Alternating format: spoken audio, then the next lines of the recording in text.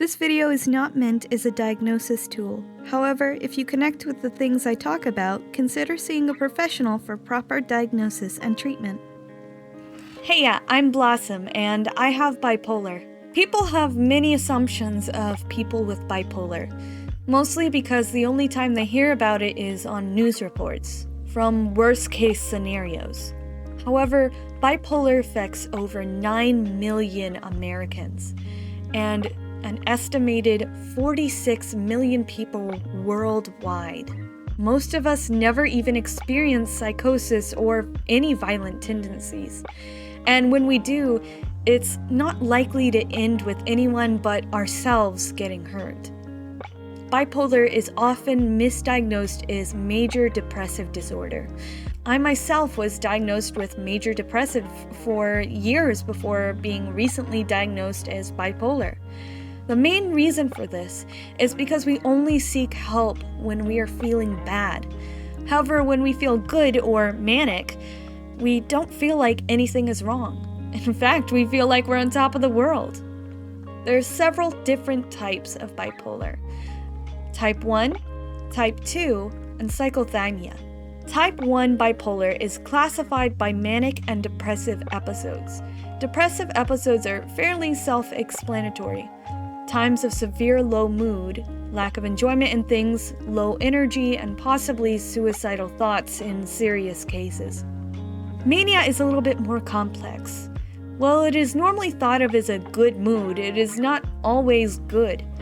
Manic episodes can make people irritable, anxious, and stressed out as well, filled with large amounts of energy and no good way to spend it. What does normally come with inflated ego and feelings of elation, these can lead to terrible life choices, recklessness, and endangerment. Like being drunk but for much longer than a few hours, and you don't get to decide when it happens. Bipolar type 2 is much like type 1. However, instead of having manic episodes, they experience hypomanic episodes. Hypomania is less intense than full-blown mania, and often causes less issues in day-to-day life. Bipolar 2 is not less bad than bipolar 1, however. Those with bipolar 2 are more likely to experience more episodes, as well as much more and longer depressive episodes. Less manic, more depressive, more often. Cyclothymia is when a person exhibits hypomanic and depressive symptoms like bipolar 2, but less intense and for shorter amounts of time. Just because it is less intense doesn't mean it can't be serious. Untreated, it can worsen and become full bipolar. Types of bipolar also have subgroups or course specifiers. Course specifier is a term used to better define what sort of bipolar symptoms a person is experiencing. There are quite a few specifiers. I won't be covering them all in detail. However, I'll give a quick overview and detail for the most common ones. There are two categories of specifiers. One specifies the features of episodes experienced recently, and the other specifies how often the episodes occur. The first category includes melancholic features, mixed features, anxious distressed, atypical features, catatonic features, and psychotic features. The last of those is the one you see the most in media.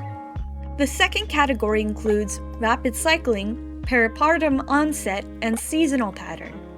I'm going to go into a little detail about rapid cycling.